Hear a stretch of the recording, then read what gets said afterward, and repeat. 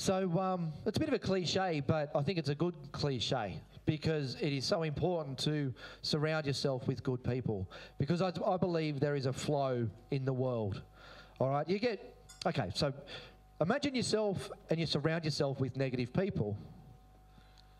So what's going to happen? You're going to think negative, all right? Yeah, it's great to be around positive people, but I mean, being around positive people is fantastic, and you're that optimist, which is, yes, I just got hit by a car, but it's okay. There's a message in that for me. I could have been hit by a truck. Positive people are fantastic, but I think once you start to surround yourself with positive people, because you have to be a positive person if you're in this room, you've got a positive attitude of wanting more. All right? But then you start to surround yourself with positive people who invest in themselves to educate themselves as business owners. You start to get a really sexy mix. So that's why we do this networking, while we do these events, because my vision with Breakthrough for Business, it's a bit like a freight train, right? It started with me. And then for the first event I ever did, we had about 18 people in the room. It was here. I had 4 killer speakers. Everybody was like free.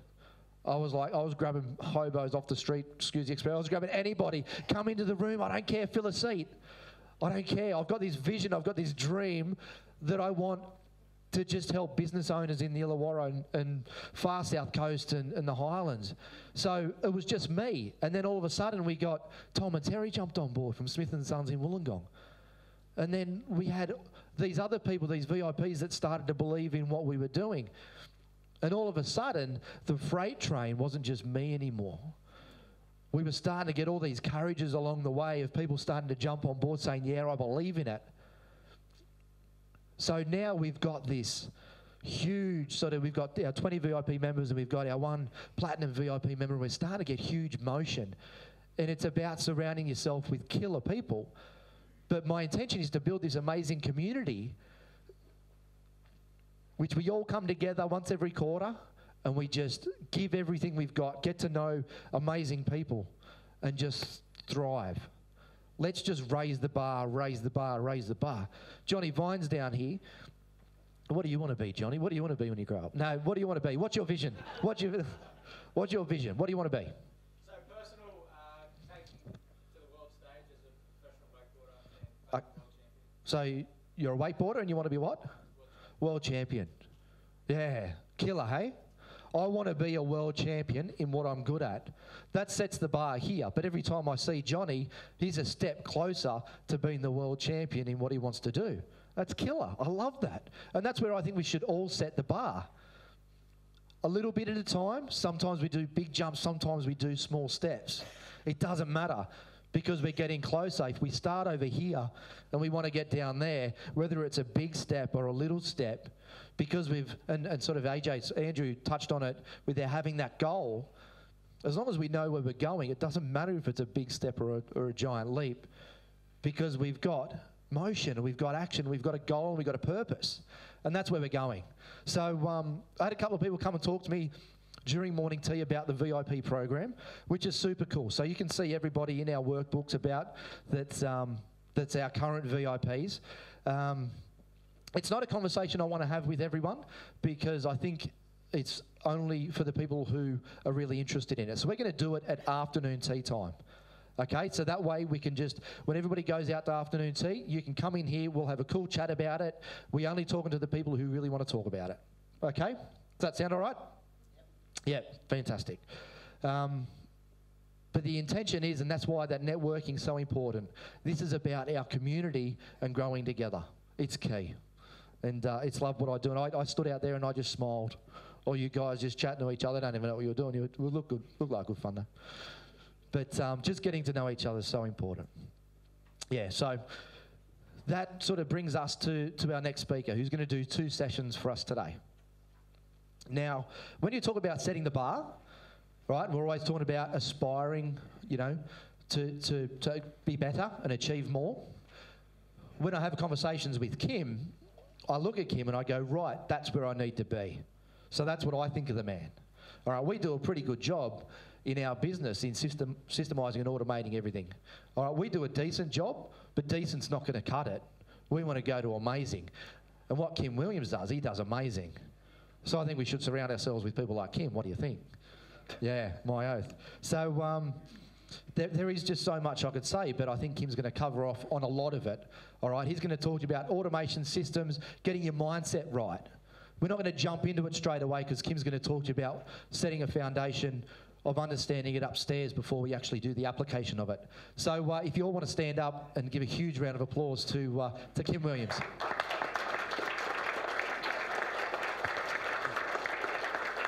Thanks, Stephen. Cheers, mate. Yeah, thanks. Just firstly, thanks to Stephen and the team for having me back. I was here in November last year and really enjoyed it, both the conference and the dinner and a few beers. That was great. Look forward to today as well. So I'm going to be around all day today and tomorrow morning. So if you've got any questions as we go through, happy to answer any questions that you've got.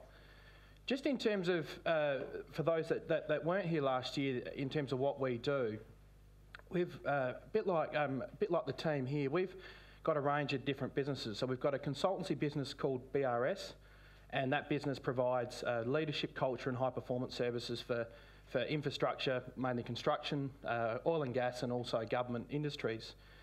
We've also got Easy Consult, which is an online coaching program for consultants, and we launched that last year. And we've got Easy Government, which is an online coaching program for government leaders. So there's no doubt in my mind that we wouldn't have been able to achieve those other businesses if we hadn't freed up the time to focus on what matters. And I'm going to talk a lot about that today. And Andrew, I thought your session was excellent because it will tie in very nicely with what I'm going to talk about. And I'm actually going to, if you're okay with it, change the structure, because I was actually going to talk about a balanced scorecard and how you implement a balanced scorecard in your business. And if you're happy with it, I might bring that forward from this afternoon session to now, given that it's just great timing with what Andrew talked about. Are you happy to do that? Yeah, so I'll take you through how to set up your own scorecard. But the other thing that I just want to highlight that's really important around time is one of those things. I was lucky enough, and this is why these groups are fantastic. My first coach when I left corporate life 5 years ago to start my own businesses was the guy that's on the front page of your booklet, Robin Sharma. So Robin Sharma, that quote, I love that quote. I've got a couple of Robin Sharma quotes you'll see when I talk. But the quote I think is just fantastic. To get the results very few have, be strong enough to do what very few people are willing to do.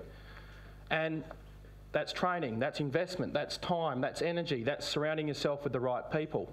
Those are the very things that Stephen and the team talk about, and completely agree with that. So that for every, it was very hard on my wife, and I've got a very supportive wife, 3 great kids.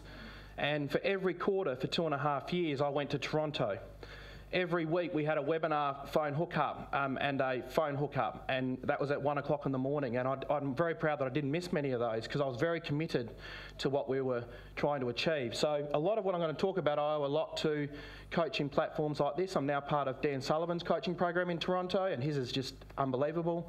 So I would really encourage you to invest in your own journey. So that probably starts off the session. So I'm going to, if it's okay, just change the order a bit with the slides, because I'm going to go straight into a scorecard. Now, everything that I'm going to go through, I'll try and reference it back to some handouts. I've provided some handouts. We also write a blog for our 3 businesses every week, so 3 blogs a week on these topics that I'm talking about. Feel free to subscribe to them. I'll give you details on that. They're free, won't cost you a cent, but more importantly, hopefully will help you become a better business owner and get the time, money and freedom that you want from what you're trying to do. So I'll just get the technology right. That worked, that's great. So I'm going to bring forward just at the start of the session that I was going to talk about this afternoon. And just in terms of what I'm going to cover today, who here has seen the TED talk from Simon Sinek around the importance of the why? Yeah, so for those that have seen it, why is that, pardon the pun, but why is that such a great talk? What does he try and, yeah? It tells you where to start, because you need to know why you're going to do something before you can do anything else. Exactly. So the way I'm structuring today is very much, he talks about the why, the how, and the what. So it doesn't mean anything whether you're developing your staff, whether you're building a business, whether you're growing a business, if you cannot connect with the why and you can't connect others with the why. So this balanced scorecard I'm going to show you is a little bit of the how, but it just ties in perfectly with Andrew, so I'm tied in. So the comment about knowing your numbers is absolutely spot on. So when I go into a business, and we do a lot of reviews of businesses, and the thing that's changed since November last year, I owe this workshop that I was in last year a lot because it got me thinking about where we can actually focus our high payoff activities. And in the last 9 months since I was here, we've now taken what we've learned and we now buy companies and we turn them around and sell them. And we buy an equity into that company, usually through a private equity company or through the owner saying, look, we'd actually like you to come in and systemise and structure our business because our business is essentially worthless because if you don't have the right systems, the right structures, the right processes, no disrespect, but your business is essentially worthless. So we had an example, I was telling Stephen about it, where we bought this business 4 months ago, this manufacturing company, and we've just been offered a sum of money which we confirmed yesterday. Without getting into the details of it, we took a 25% equity share in this business. Guess how many times return that business turned around in terms of from what we bought it for and what we sold it for? Just have a guess. 8 times in 4 months. So if I ask you the question, why would someone from a business 4 months ago to a business now, and what we do is I take my entire team and we go in there like a tiger team and systemise and automate it and free up people to play to their strengths. I'm a big advocate of that. The MD in this particular company is an absolute niche industry. They make coarse transformers globally for these machines in terms of the transformers. And he was spending 80% of his time in the business to the point where he was reviewing every single invoice that went out. Now, this business is a $15 million business, so that's mind-blowing to say the least. So by freeing him up and getting him out with our agency network globally, it's been phenomenal. So why would someone pay 8 times the amount? Now that the business is automated, systemised, good CRM database, finance system where we've automated everything in the back end. Yep. What else though? Let's cut straight to the chase. What are people buying? What's that, sorry? Not him anymore in the things that are not his strengths, yep. There's a bigger pool of buyers because anyone can run the business. Very good. The business can thrive without the key personnel risk. And that's a really important point. And the point I always say, it's not that you want to sell your business, you may not want to, but build it so it can thrive without you. And there's a great book, as I mentioned last time, from John Warrillow called Built to Sell. Amazing book around how you set your business up so that it thrives without you. I can't stress that enough. And I'm like Stephen and others in the business, I'm very busy, but I'm actually not that busy. I work around 30 hours a week because my family's pretty important to me. So I'm going to get straight into the scorecard. So the common challenges. There's a couple of slides that are from last time, but I'm a big believer of consistency of message. Sometimes you've actually got to repeat the same thing and hear it again because you might be at a different stage in your coaching journey and what you're learning and what you're growing from. And so the message might actually be received hopefully a little bit differently. But this notion of there are a lot of challenges for most businesses. Owner and key personnel dependent. Very little systemisation and documentation, time and cash poor, and I'll stress the point, time and cash poor. I actually think time is a more important valuable commodity than cash for a business owner, and particularly for people that have been running their business for a long time.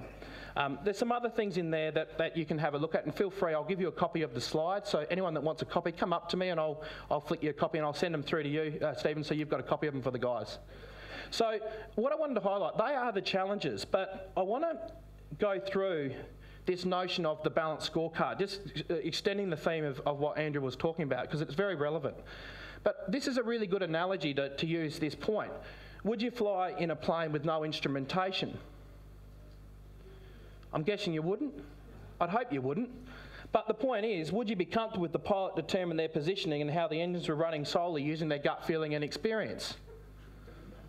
Again, you'd hope not. So chances are the answers are no, yet many business and projects operate this same way. And that is the truth. They operate without knowing their numbers. So I don't believe you just focus on your financial numbers. When I go in and review a business or when I'm buying into a business, the first thing I'll do is set up a one-page balanced scorecard because it's just this simple. You cannot hit a target you cannot see. You can't hit a target you can't see. So you must be aiming for something. And that is the whole point around making sure that you measure, you respond, and you report, because what gets measured gets improved. And so it's not about having 40 pages of crap or KPIs or other information in relation to the way you report. I'm a very, very big fan of very simple scorecards, and this is the whole notion of a balanced scorecard. So there's some information in the handout around this. So if you go to page 25. I've got an example of a scorecard, but what I've also done is given you a little bit of information on 26 that I won't go through in detail. We've written some blogs that take you through step by step, so you can subscribe to the blog and you can even do a search on the blog and keyword balanced scorecard, because there's a lot of blogs there, and you'll find the one around the balanced scorecard. But I want to explain to you why this is really, really important. So in business, I believe there's give or take 5 or 6 pillars in a business. So if we go through them, and feel free to challenge me, because for example, construction, you might include safety, or you might include something else. But I'll take you through what I see as the pillars in a business. And the reason the pillars are important is if you know what your pillars, meaning your foundations are, you're able to set KPIs so that you're tracking the right way. Because the sign of a great business is you're not just financially healthy, you're healthy in all your 6 pillars. And I'll explain what that means. So I'll go through them. So one of them is definitely financial. It's important. So financial, or what I call operational sustainability. We're sustainable long term. Another one I actually think that's really important, which you'll hear me talk about, is culture. The culture of your business. So it's not what the yogurt's looking like in the fridge. It's got to do with how you do things around here, how we work, how innovative we are, whether or not we're open to change. You have a look, I think another important pillar is marketing and brand. Because once you get your marketing and brand right, the work comes through the door. The other one that I think is really important is people and capability. Really important. So people and capability, I want to stress, will be the people that you've got in your business, but capability, hopefully you'll learn out of today, is also the type of virtual assistants you've got, the outsourcing arrangements you've got, the contractors that you utilise, the subcontractors that are important to your business, your suppliers. It's those people that are critical to make sure that it's the sum of the parts. So the other 2 that I think are really important is client satisfaction. We are ultimately here to provide a great service, product, experience to our customers. And the last one, and you're probably going to guess, hence the reason it's last, because I think it's often put last, is what? What do you reckon I'm going to say? Yeah, systems and processes, very good.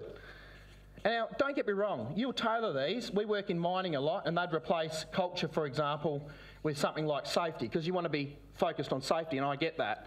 I'd argue people and capability does tie into that, but whatever you call it, it doesn't matter what the names are.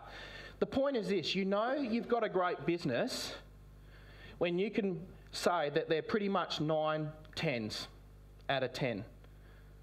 But where do most people focus? If I ask the group, where do we mostly focus? Financial. But I'll put it to you this, you get your systems and processes working for you, watch the financial improve. You focus on your client and make sure you get that feedback on how the client's receiving your feedback, watch things improve. Building the right people, investing in the right people, training and development, marketing and brand, culture, financial. The reason I'm showing you this is one of the things that I'd love for each of you to do post this session is put together, and there's information in here I just want to show you though, is put together a balanced scorecard, which I'm going to show you. And this is, if you go into our office, and by the way, if you're ever in Adelaide and you want to come and see us, come in and see us. We're on Pirie Street. I can show you some of these things live. But when you walk into our office, this is A0 size. A0, like whopping big. You can't miss it. And we have definitions for each of those. And what you'll notice is, and I'll take you through it because we're a consulting business. So that's what BRS is a consulting business. So if you're a professional services firm, this will relate, but we do these for every business. We do it for manufacturing businesses, construction businesses. It doesn't matter what the business is, you can still focus in the right area. So if you have a look at it, we measure, first graph is what these graphs are, is the last 12 months. I'm a big believer of rolling trends. What gets measured gets improved. So you must know where you're coming from to know where you need to focus in the future. And what this does is we measure BD time, which is essentially business development time. How much time are we spending building new work? That translates into what we call weighted pipeline, which is the opportunity size and the probability that we're going to get that opportunity. Does that make sense? The next one measures our contracts, both short-term and long-term. Next one is DSO, which days sales outstanding. So from the time we invoice to the time we get paid. If I can stress one thing, I respectfully disagree with Enron, you can definitely influence when you get paid. Guess how many of our jobs we invoice up front? 100%. Fear in our business was, oh, Kym, we couldn't invoice up front. We can't up front. What happens if someone gets upset? So out of all our clients, guess how many in 5 years have said we don't like you invoicing up front? 2, to be fair, 2. So guess what we did? For those 2, changed our invoicing. For the other 98%, we get the cash in the door. We always focus. Cash flow is king. Guess what the next measure is? Our bank balance. Not this artificial crap around net profit, but what's money is in our bank. You'll laugh. Free cash flow is what you want to measure. Client engagement and staff engagement, which is a simple survey. How much we're spending on training of our staff. Our revenue mix between our contractors, our online businesses and our employees. And the last one is our website hits, blog hits, community following, meaning people that are following us. So when you look at that, I'm the owner of the business. Once a month I get my staff together. Guess what we do? We talk it through. Because it's okay for you to know your numbers, but the next step that's even better, your staff need to think like a business owner. They need to know how you make money, what the indicators are, why we make the 4 phone calls a day, why we need to actually get out of our door and be outside cats rather than inside cats. You know, it's this notion of getting people to understand how you think like a business owner. And we then go through and go, okay, and it's this simple. We talk it through. We're going pretty well, but we've got a couple of yellow or reds. What are the 2 or 3 key actions we're going to commit to? And we write them up in the next month. What are we going to do around our staff satisfaction if it's lower? What are we going to do in relation to that? So we're monitoring by exception where we need to be. Does this make sense? It might seem complicated, but when you look at the blogs, it's very, very simple. The hardest part that I notice, guess what's the biggest challenge for most people with implementing a one-pager like this? What's the biggest challenge? Starting it, definitely the biggest challenge. Second biggest challenge?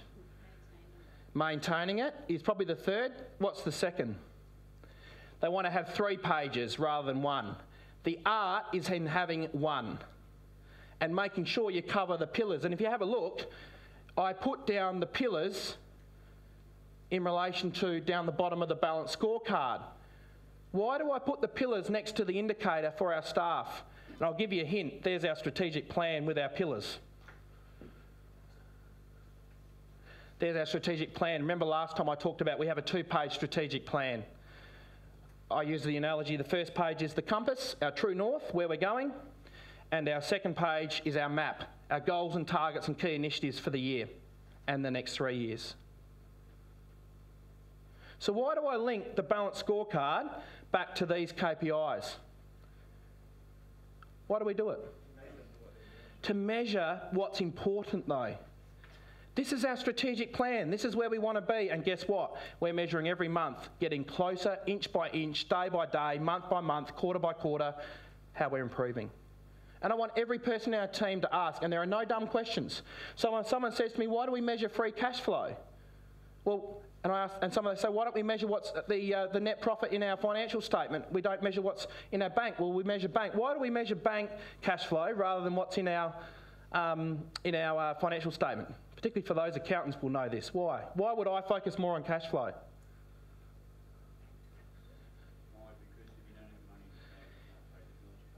It is literally that simple. And we're a fast-growing company, And fast-growing companies need... So, I could put a lovely little profit figure up there and going, oh shit, we're doing beautifully, 30% EBIT, blah, blah, blah. But what do you reckon happens when the team then look at it and we're struggling for cash and I'm pushing a message about cash? They back off because they go, oh yeah, it looks good, doesn't it? But I'd rather the cash in the door. So you get my point? And I would say, respectfully, every person can put in place a balanced scorecard. It doesn't have to look as flash as this. I'm not suggesting it does. But every person can put in place a balanced scorecard. Make it simple, make it measurable, and focus on what matters to your business. What's going to drive, and this is the key concept, what is going to drive the right behaviour in you and your team to get closer to your goals? That's what a balanced scorecard should capture. Does that make sense? So does that answer the question for those with Andrew's session was excellent, and that's why I wanted to highlight this up front. And it means I was going to cover that a bit later. But do you understand that you can put in place something like this? And there's, as I said, some excellent blogs and some information in there that take you through step by step. And we've even got some examples on the blogs that you can utilise as well. Just on the, yeah, please. On the dots and the colours, yeah. What are the conversations you have when you do get the yellows and yeah. the reds? Like, do you increase that goal then when it's green, or can you measure it? No, not at all. What we do, I'll give you an example. If I can use a specific example. So let's say that one there, weighted pipeline was red. So what that means is we're not getting out enough and creating enough opportunities. So using Andrew's analogy, not making enough phone calls. So we'll then just set targets for every team member to say, look guys, last month we're not making the calls that we should. What's our target for this month to get up to our target? That's the type of conversation that I have. So it's not rah-rah. It's actually very much the opposite of that. It's very much about people understanding why that's important. And the reason we do that is so that people understand from the time we spend time meeting with people right through to here, this is the impact that it has. Yeah. So it's corrective. It's a corrective tool. Yeah. Any other questions on that? Does it make sense, or no, too hard, or? Yes. Question for you. Yeah. There's sort of nine different stats. Do you recommend for every business that they stick with those 9 specific stats, or that they can then get even more granular and do sub-stats, for example, like monitoring the cash flow, for example? Yeah, up to you. I'm a really big fan of less is more, so that's the first one. So, for example, that manufacturing company I was telling you about that we've just turned around, the first thing we did was actually work out what the KPIs were. And they, for example, had 12 graphs because they also rely on the US, because once US construction goes on with their technology, it means that we're going to go well. Does that make sense? So I don't believe, though, in going too much in the detail, because what happens with people, if you put yourself in the shoes of your team, if there's far too much detail, what happens to them? They get confused. What else? It loses the impact. That's the key point. So less is more. I really am a big fan of the less is more principle. You'll hear me talk about that. I understand it. I suppose the second part to that question is it's actually my team that asked for additional statistics. Yes. So they've asked us to create 3 additional stats to help them track how they're performing, because they didn't quite understand how we were measuring productivity. Yes. So we flicked it back to them and said, well, you tell us what are your indicators that you understand, and then we've created sub-stats in terms of billable and not billable, but what's billable and profitable, but what's billable and not profitable. Yeah, very good. Because there's a combination, because we're service-based. So my feedback on that would be, I think that's a really good approach. So there'll be individual targets within people's personal development plans, so within our own individual teams, where they'll have things that they need to help to contribute to. But at a team level, we'll keep it this level, but we then take an individual approach with each individual. E.g., they'll have individual utilisation or whatever it might be. But I guess what I'm trying to highlight is get this right, link it to your strategic plan, and then cascade down. Yeah, so does that make sense? Because I'm going to move on to the part that I was going to talk about, but I just thought this was a really nice segue with what Andrew was talking about in terms of the way that it links up. So I mentioned before, and we won't cover that, we'll cover a little bit of this at the end in terms of the balanced scorecard. We'll have a bit more time for the other one, but I talked about the why, the how and the what. So this first session that I'm going to talk about is all about shifting the mindsets, opening the doors and windows to positive change in your business. So I'm going to ask just a couple of quick questions. Who here have got staff that are resistant to change? And you please be open with that. It's actually okay to say it, who are potentially resistant to change. Yeah. It's a real challenge. It's the biggest challenge to learn how to shift the mindsets of the people you want on the bus. But often, bear in mind, I'm going to talk this morning about the why, about how we connect them with the why they need to change, why the change needs to occur for the business. What are the benefits of the change? So I'm going to give you a few tips on that, and we're going to work through the workbook as well. But understand this, when I go through this, the first thing that I want to highlight is the importance of the difference between the fixed and the growth mindset that people have. And this work comes from Carol Dweck, from a great TED talk that she's got. Fantastic talk about people that either have a fixed or a growth mindset. I'm going to talk a little bit about change and adaptability to change, resistant to change, link that back to high and low payoff activities, and learning how to play to your strengths. So I'm going to focus this session on the why. The how and the what I'll go into this afternoon. So first thing I highlight, I just want to highlight here, what do you think we mean by the difference between the fixed and the growth mindset? And I recruit people entirely on this predication, entirely on this one simple concept. This is how we recruit. So one thing I look for above everything else. Yep, partly attitude, definitely. What else? Their vision, the vision of the future. Yep. Passion? What they value in themselves and in life. So if they value being steadfast and keeping the status quo, they're less adaptable. Yep. Very good. So I'll give examples. So when you're at school, for us, you know, it's a little, for people like me, it's a little way away. Do you always wonder why some of the people that were really smart technically haven't succeeded to the same degree as some of the others that perhaps weren't as smart but have been unbelievably successful in different, you know, areas of their life? Have you ever wondered why? Well, Carol Dweck, this psychologist, talks about this in a TED talk. And what she talks about is growth mindset is the ability to learn and grow. Growth mindset is not being the smartest person, but guess what? Do you want to learn and improve? Do you want to come to sessions like this? Do you actually want to take on board feedback? Do you actually want to, as this points, persist despite obstacles? And she particularly talks about the importance of resilience. And so the whole point is you can have your IQ, which is someone that might be very smart, but guess what? What happens to them when they get a challenge? Yeah, they think they know it all, but what do they do when they get that challenge normally? They stop. They don't persist. And so this notion of fixed and growth mindset is really, really important. And it comes back to this critical point that she highlights, which is lifelong learning. We can always get better. Getting better every day, every week, every quarter, every month. But you would hopefully agree you've got people who don't want to get better and there are people that want to learn and improve. This is a really important point if you're building a business that's growing fast, where you're making change in your business, where you want people to come on board. And one of my favourite sayings, hopefully a few of you remember from November last year, is if you can't change the people, change the people. And as funny as that sounds, I really advocate that you give people every opportunity to change. I believe in giving people opportunity to change. It's very important. But if they don't change, you've got to move forward. And you've got to actually move forward, unfortunately, without them.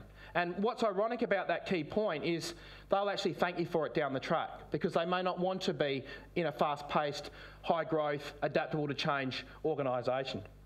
So what I've done here for you, and these will be in the slides, is given you 7 excellent blogs that are free where these people provide weekly blogs. One of my favourites, Robin Sharma, Seth Godin. Who here subscribes to Seth Godin's blog? Oh my God, do you love it as much as I do? The guy's unbelievable. That is an amazing blog. He's even got an app called Geo. The app, I've got it on my iPad, magnificent app, and you can search all these blogs, and I love Seth Godin, you'll understand that when you subscribe to his blog. But the point is, we can all get better, we can all improve. We can be better than what we were yesterday. So when you look at heroes, for example, don't look at other people, look at yourself in 10 years and go, I'm better than what I was 10 years ago. I'm great. I'm really good at what I do. You know, because I've got better every day. I've been humble enough to learn every day, improve every day, associate with other people every day. So lifelong learning was the key attribute that she highlighted, and also taking risks. Because one of the things that she highlighted with a fixed mindset, when they make a mistake, people with a fixed mindset, what do they tend to do? Stay in their comfort zone. But if you think about it, when we're growing and we're improving, do we want to make mistakes? Absolutely. But it's the type of mistake we make, I would hope, that we focus on. If people make a mistake in our business with the right intent, I'm applauding it. You tried hard, you just got the execution wrong, we might need to train you a little bit better. That's okay. But if it's a mistake where we've sat back and we've avoided and we've waited for things to happen, yeah, I'll have a difficult conversation with a staff member because guess what? We didn't take a risk. But as leaders, we need to make sure we respond in the right way to make sure that people understand the difference between the types of mistakes. Does that make sense? Very important. So going a step further with this, don't underestimate the power of conditioning though. So please take this for how this is intended. So I'm going to be fairly direct. It's my style, so understand that. Who here has recruited someone from a government organisation into your business? So if you don't mind me saying this, because I can talk personally on this, and I'm not trying to generalise because I'm sure there's some good people in there, but take it for how it's intended. What was the experience? They didn't live in the real commercial world. They kind of lived in a bubble, yes. And everything was always at their disposal. So they very rarely had to work hard for anything, unfortunately. Very intelligent people, very smart, just don't live in the commercial world. That hunger, adaptability to change, that ability to learn and grow, they struggle with that. Because you think about it, what do government organisations do? Particularly, it might not be in New South Wales, but in South Australia it is, they have a no forced redundancy rule. So you could literally, and I mean literally, do something terrible and you can't be sacked. So what do you reckon that does in terms of the mentality? It's this conditioning. So it's not just that, it's your conditioning from your family, it's conditioning from who you spend time with, it's conditioning generally and what it does to you and your psyche. And remember last time I talked about one of the things we've got on all our mouse mats and in our business is around this getting above the line. So don't come to us with your problems, come to us with your solutions. What's positive, what's proactive? So one of the things we encourage our team to do, always come with not just what's wrong, but come with some ideas on what we can do to improve. And that's an expectation we have in our business. And it's an expectation every one of you as business owners should have of others in your business. Above the line thinking. If you want to go to our blog in BRS, we've got heaps of articles in this, in how to implement this. So you can start to see now, this conditioning, this mindset is all about what we expect of others and the type of behaviour we're going to condone and the type of behaviour we're going to expect. And this notion of that is really important because motivation will get us going, but it's the habits in your business that will get you there. And I really do believe in that whole model that it's all about positive habits. Habits that will build a great business versus habits that will bring it down. And so one of the things I've got here, which I'll talk about, is one of the very first things I do with people in our business is talk about what they perceive as their negative habits and what they perceive as their positive habits. Not to tick them off and go, I do them every week, but guess what? We want them to continue to replace negative habits with positive habits. And that's an important mindset in our business. We don't want you perfect, we just want you to be better than what you were yesterday. You're investing in training. You're investing in making sure you look after your time. You're making sure that you're managing your customer effectively because you're being proactive because you're giving them a call. You're not waiting for them to call you. So this notion of habits around being adaptable to change is really important. And the reason I'm showing you this is because this all comes back to the why. You'll notice I haven't even talked about automation and systemisation yet. So can I ask why? Why haven't I talked about it yet? And I will be talking about it a lot this afternoon. Adapt to it. Because that's the how. Because there's no use setting them and you don't follow them. There's no use going down the path of automation and systemisation if you don't have the people that are prepared to go on the journey. You cannot, as John Maxwell says, you cannot ask a horse to climb a tree. I reckon that's a fair comment. You need a squirrel. And all jokes aside, that's exactly what you need. So if you've got a team of horses and you're asking them to climb trees, good luck with that. Because I reckon they might not adapt to the technology and the nimbleness and the agility that you're looking for. But give them every opportunity, skill them up, reduce their fears by all means. But understand, you've got to set the scene and you've got to make sure people understand your why. So if I say to you now, and I'm going to ask a few why questions, why do you want to automate parts of your business? Just from what you're starting to hear now. Why do you want to automate parts of your business? Efficiency. Efficiency, good. What else? So you can measure and you can improve. Good. What else? Save time. Save time. Why do you want more time? Make more money. More money. Why do you want more money? So more Give time you to choice. go. Yeah, more time, more meaning, more freedom, more, all those things that we've talked about. Let's go clear. Are your staff clear on their whys? Have you communicated the whys clear enough to your staff? What's their fears? Let's talk a bit about fears. If you automate stuff and systemise stuff, so I'll tell you a personal story. We, last January, brought in 6 virtual assistants from the Philippines. And to say we had some challenges with that with the team was the understatement. What did the team naturally think? They're becoming redundant. That's exactly what they thought. What else did they think? Going to lose their jobs? Absolutely. So let's flush these out. What else did they think? Where those money-hungry pigs, you know, they're wanting to make more money. What else? Yeah. So we had to spend a lot of time explaining to them. Now, I'll tell you a funny story. If you ring up, and Stephen, ring up Erin or one of our team, you know our team, and say, Kym's just told us he's going to get rid of the virtual assistants, we would have an industrial action in our team. Why? All jokes aside, we would. I'm not kidding when I say that. That's actually a genuine comment. They love it. So it's the stories. People like Erin, who's was a fantastic administration coordinator in our business. She has outsourced and automated a lot of her activities so that the virtual assistants help her. She's now getting accredited to become a consultant in a whole range of different tools. You know, another young girl, Kym, who was one of our administration coordinators, was holding on to stuff that she shouldn't have held on to. Now she's going down the path of getting Lean and Six Sigma training for our business. I'm trying to make a point here. It's because they recognise their worth around high payoff activities, and we had to explain to them we are not looking to make, and we haven't made anyone redundant. It's been the opposite of that actually. But guess what? Your time is valuable, and you're spending time on stuff that's keeping you busy but not productive. But in order to do that, we've got to get our team on board with the change. And this is one of my favourite quotes from Robin Sharma. I saw Stephen's and I love this one. 1% improvements over time lead to staggering results. 5% a week. A lot during a quarter.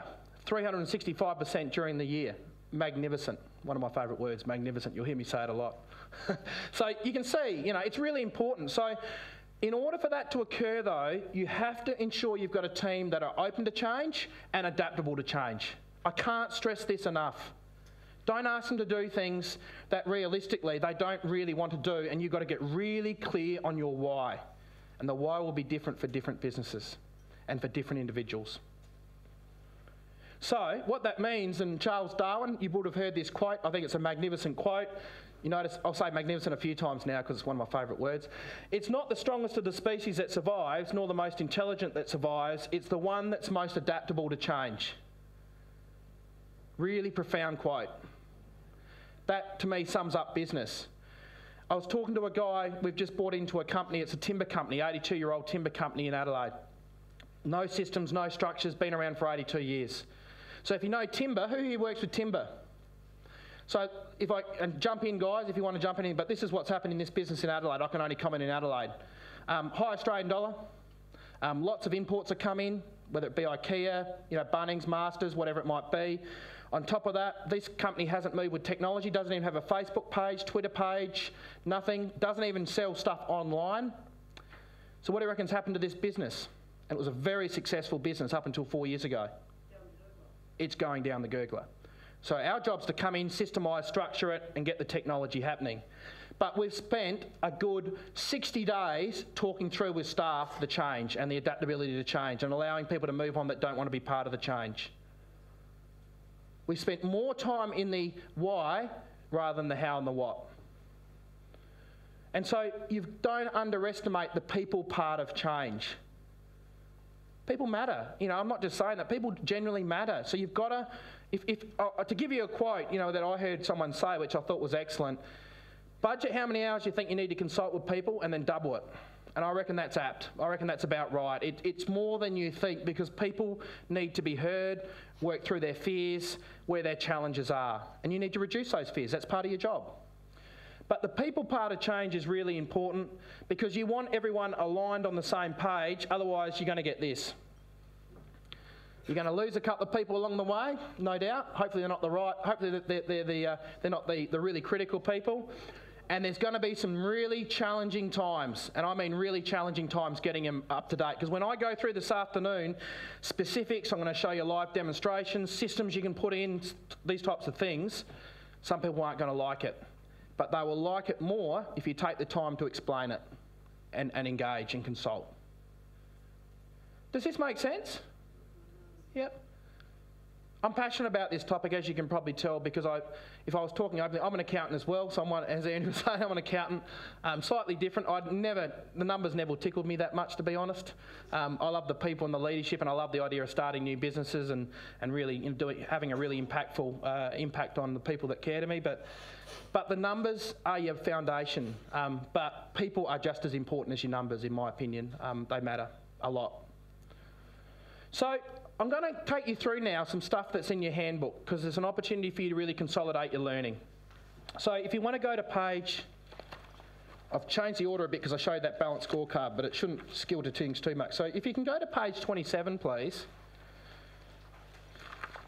And I'm just going to go through a little bit about your change plan, because hopefully what I'm teaching you is planting some seeds around areas you're going to change. Hopefully after this afternoon you're going, wow, we're going to implement that in our business, or we're going to automate this, or we're going to outsource this, or we're going to do this. This is hopefully where you'll go by the end of today. But in order to do that, you need to understand this is generally what happens to people when they go through change. Status quo, shock or denial. I'm going to avoid this because this is going to go away. Or they're going to be, rah, they're going to actually be quite upset. Then there's this anger or fear that comes out. Anger because, what does that mean for my job? Are you making me redundant? Or the fear is, what's happening here? Things are changing. I've been in my same desk, same space with the same people for 10 years. You're changing things. I don't like this. And then you've got the exploration acceptance, which is getting people through the why, making sure they get confidence about where things are going and why this is a brighter future, towards this commitment towards the change, and more importantly, adaptability to the change. Because guess what, guys, this is just the start of the change. We've got a lot more change coming. And guess what, this will benefit you in terms of your careers and the business and what you do. So understanding the change curve, really important. But it goes even a step further than that. Moving people through the change curve is really important, because this is what you are going to get. I like this little cartoon. Hopefully you can read it. If not, I'll read it out to you. It says, what if we don't change at all and something magical just happens? Oh, magical. Someone comes in, the profit fairy, and flings our numbers, and we've got another $1 million in the bank. Magnificent. It doesn't happen that way, because... look at the trends, but more importantly, we need to change. We need to change and improve. Might not be your profit, it could be another part of your business that's not trending the way you want to trend it. So, going a step further, you'll notice in the book, I've got John Cotter's 8-step change process. Hopefully it's in here. If not, I'll give you a copy of it. I think it's excellent. Actually, it's not in here, so I will. That's my apologies. I'll give it to you. But what I have done on page 27 is taken the elements of this, and you're going to turn this into an action plan. So John Cotter, I don't know if anyone here, who's read John Cotter's book, like The Iceberg? Yeah, you read a few. His book, you agree they're excellent? Excellent books. They're really good around how you take people through change. Excellent books. But what he does is, he talks about you've got to do this. You start actually up here and work your way around. You've got to create urgency. You've got to form a powerful coalition, meaning getting everyone on board. Creating a vision for change, communicating the vision, removing the obstacles and the barriers. Oh, no, we can't do that because we have to do this. Oh, no, actually, we don't have to do that anymore. Oh, don't we? Oh, great. That's fantastic. So create the quick wins, build on the change, anchor the changes in your culture. It's a really, really, really good proven model for managing change. And generally when we miss one of these steps, what happens? What happens generally when we miss one of the steps? What happens to our staff generally? They lose confidence, definitely. Lose the momentum. You lose the momentum, absolutely. What else? Yeah, and more importantly, they lose confidence in the process that you're managing the change effectively. So I'm not suggesting you have to be this prescriptive. The other thing I'd give you a tip on, I'm not a fan of the burning platform, which is the create urgency, which is things are all wrong. Sometimes it's the burning vision, the burning desire, which is look at the aspiration, look at the goal, look at where we could be, look at what we could do. So you can use that in two ways in terms of creating the vision. So if I ask a question, who here's got a vision for their business? Good, that's great. Now I'm going to ask the next tougher question.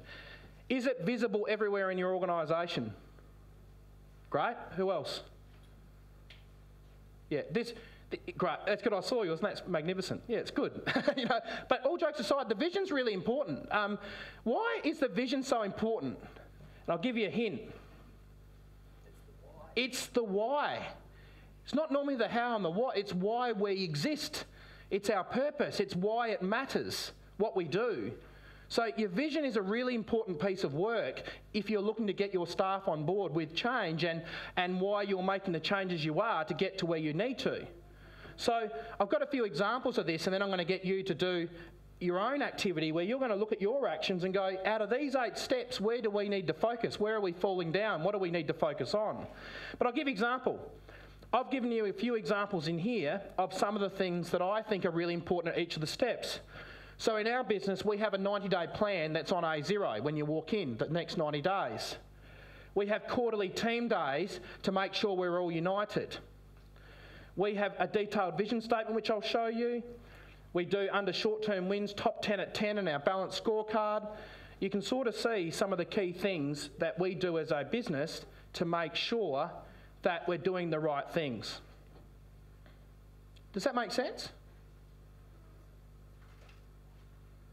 So I'm going to ask you, do you do these things? Do you put these things in place? And if I said to you, where do you think your focus needs to be? And we can do it as a group maybe rather than as individuals. We'll do more of the individual stuff in the afternoon session. Where do you think might be your gaps? Feel free to raise it because I'm interested to hear. Communicating the vision. Communicating the vision, good. Yep. And just a tip, you can't communicate it too much. Yeah. It's actually really important, the reinforcement of consistent messages. Others? Where are your potential gaps? Connecting with your team. Yeah. In what way, can I ask? Meetings. Yeah, good. So regular meetings and sticking to them? Good. I'm a big fan of fewer meetings, but those that you do, you have a higher impact on. Yeah, like e.g. I was mentioning, we do the top 10 at 10, which is Monday morning at 10 o'clock, the priorities for the week, who's doing what, proposals we got going, everyone takes a photo, we take a photo of that the iPad, those that can't attend, get a copy of it.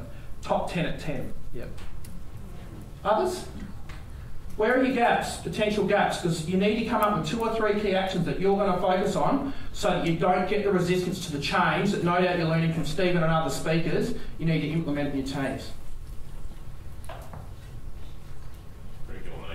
Regular meetings? Yeah. As ad hoc. Yeah. So what message do you reckon that sends to your team? That they're not important. You don't really care. Yeah. Others? Making staff accountable. Yes, very good point. So regular one-on-ones, for example. Every fortnight, are you having a one-on-one and holding people to account? But more importantly, just a tip, I mentioned this last time, is it you organising the one-on-one or the staff member? Make them accountable for coming prepared for the one-on-one. Actions, timeframes, things they want to discuss with you. Yep. So you can sort of see some of the things, and one of the things I'm going to get you to do in the afternoon session is actually, after you've got a bit more knowledge of this, put in place an action plan for you.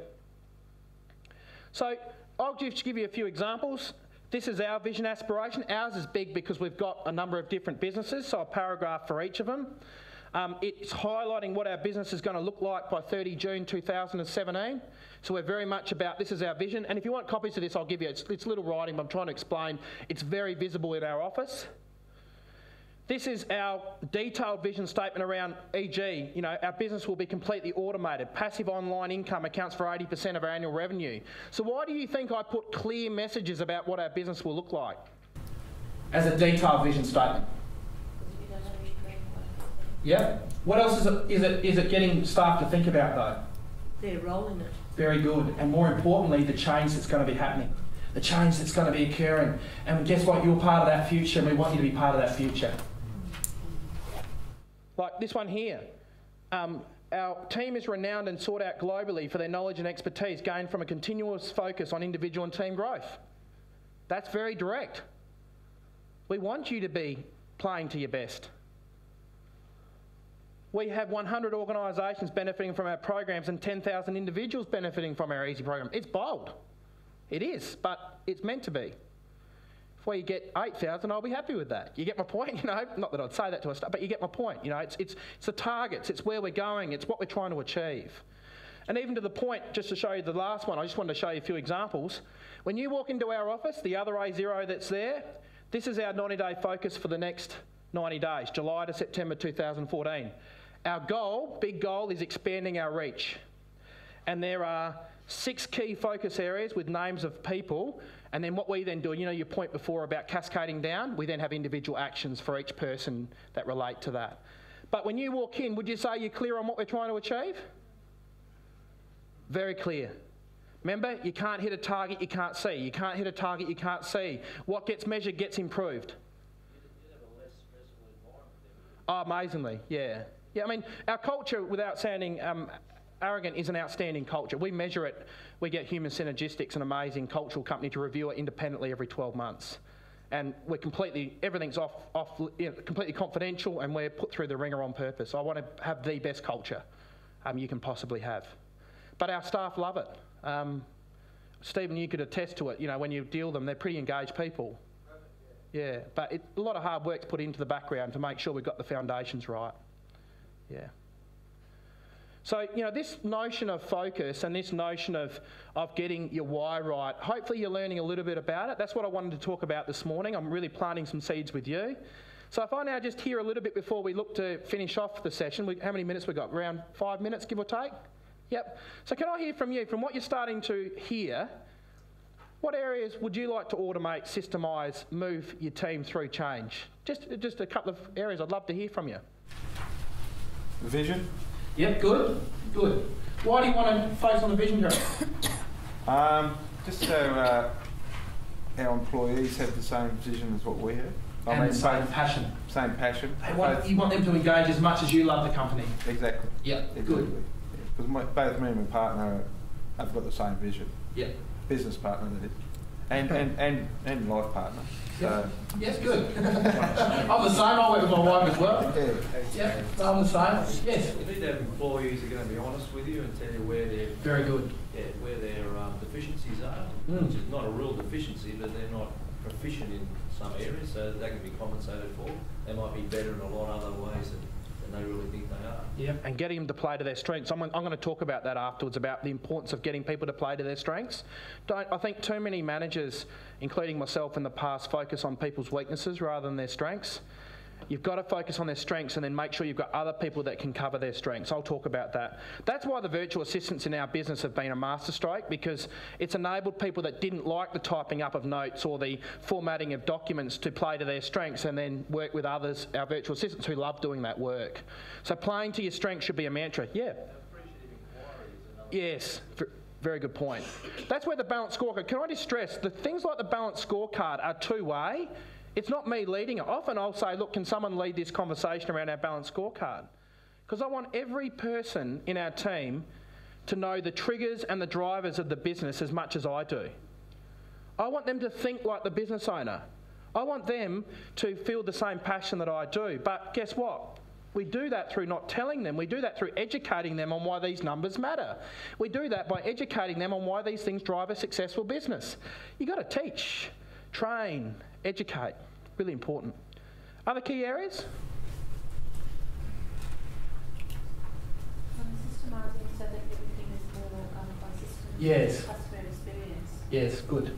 I'm going to talk a lot about that this afternoon, how you can automate a lot of stuff in the back end. Yep. Does it make sense? Yeah? I have focused very heavily on the why, because I know a lot of you will be wanting to hear the how and the what, but we will cover that this afternoon. I promise you that, and we've got a lot of detail in that. But if I don't connect you on the why, then you're not going to get the how and the what. I can't stress enough how much it's freed up us as a business to focus on higher payoff activities. We never would have 12 months ago be bold enough to go, right, we're going to go into businesses, put some money on the line, turn them around and then sell them. That's bold. And that's where I want every one of our team members to want to play. They're a tiger team going in improving businesses, and guess what? We've got skin in the game and we love it. That's not a joke. That is very important to us in the business. I want them to think like that, and they're incentivised the same way. Yeah. So hopefully that's a good start. We'll go into a lot more detail this afternoon.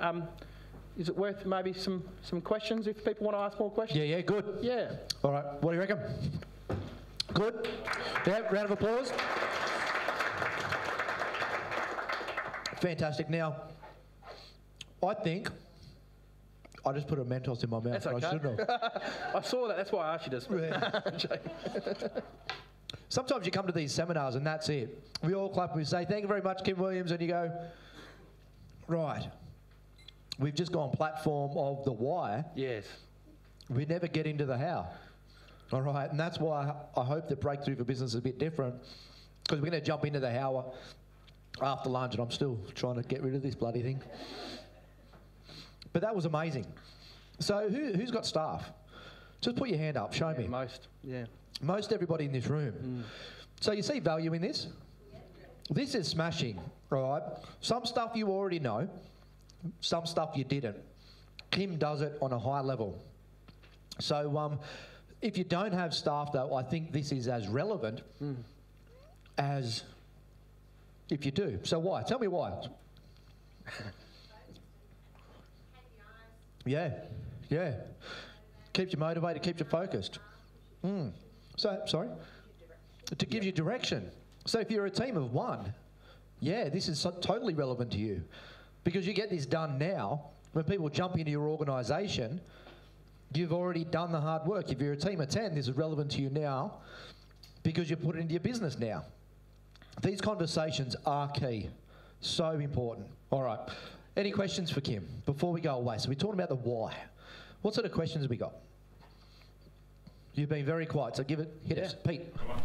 Just on the recruiting sort of fixed versus growth mindset, what we're just about to put a few staff on, so I'm really interested in fixed versus growth mindset. Yeah, so I can talk that through. It's a good question. So it's all about how you design your recruitment process. So what we do is we've got specific questions that encourage them to talk about where they've had challenges, for example, and I can give you a copy of these, Pete, if you want a copy of them. I'm happy to share them. But things like, for example, where they've had challenges, where they've persisted. Take me through some of the self-development things that you're working on at the moment. It's understanding that notion of what are they doing to improve themselves, what have they done when they've responded to something that's been difficult, where they've had success but where they haven't had success. It's really honing in on those types of questions, because those that struggle to answer those questions because they're wanting to, I think the comment before was spot on around, to me there's three types of people, to keep it this simple. You've got the doing good, the being good and the looking good.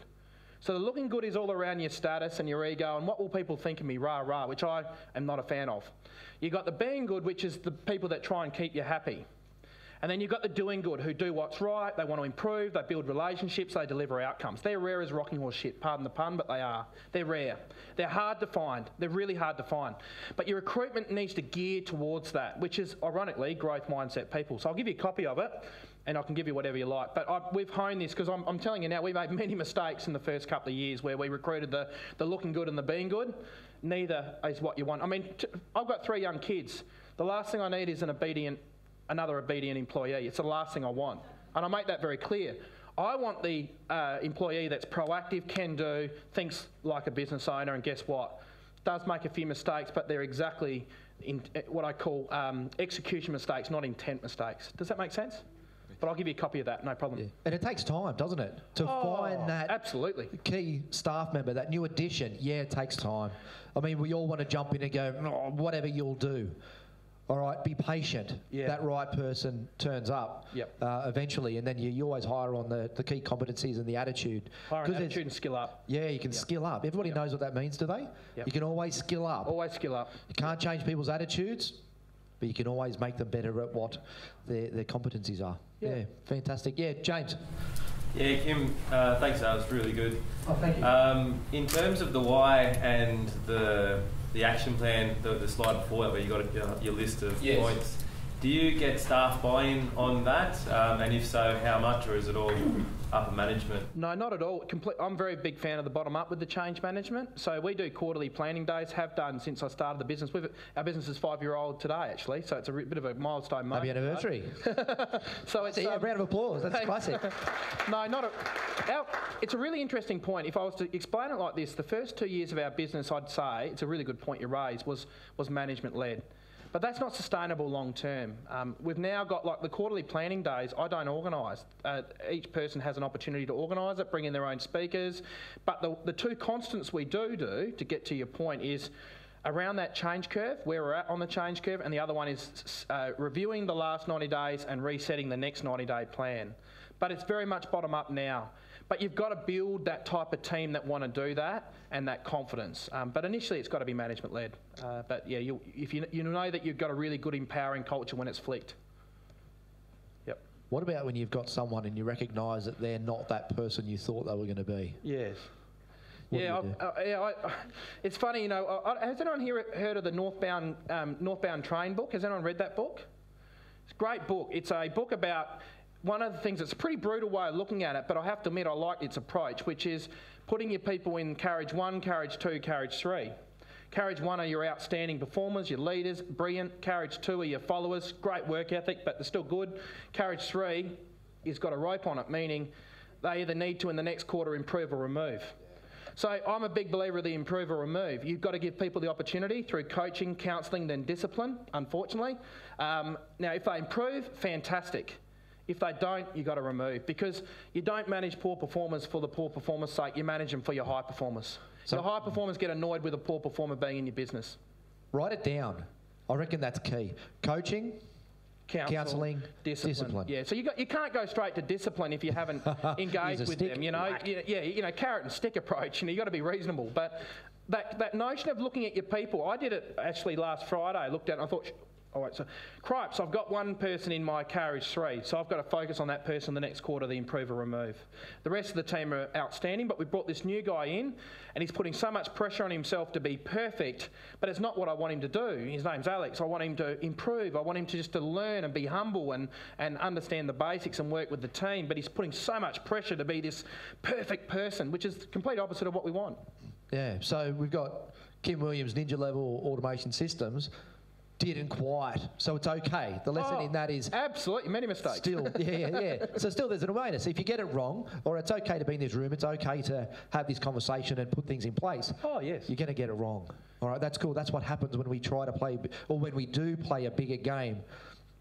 Absolutely. Okay, yeah. But the awareness now is to act quickly on it. Act quickly. Yeah. Okay. One more question, if anybody has one. Right, who's ready to get into the... Okay, Virginia, yeah?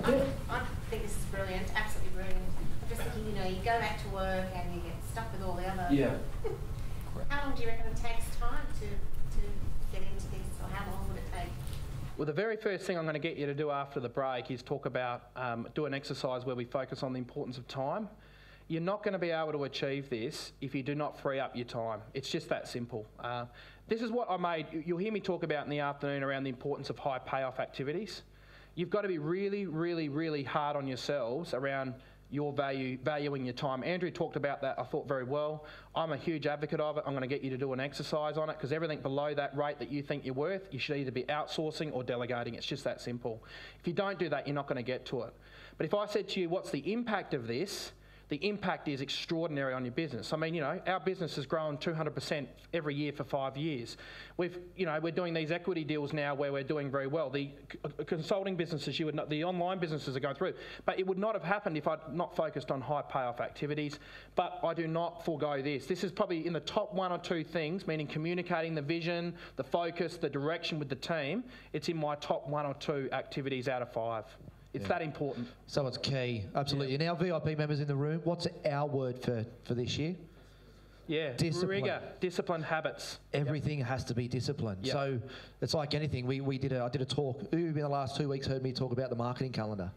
Who's been in that room? A few of us, yeah. So it's about discipline. We know what we need to do. It's about dropping it in and saying, I'm going to do it. Put it in our calendar. We're going to do it on this date, and we're going to go through with it. Yep. Yeah, awesome. Thank you very much, Kym. Pleasure, no worries. We're going to have a round of applause. Let's do that.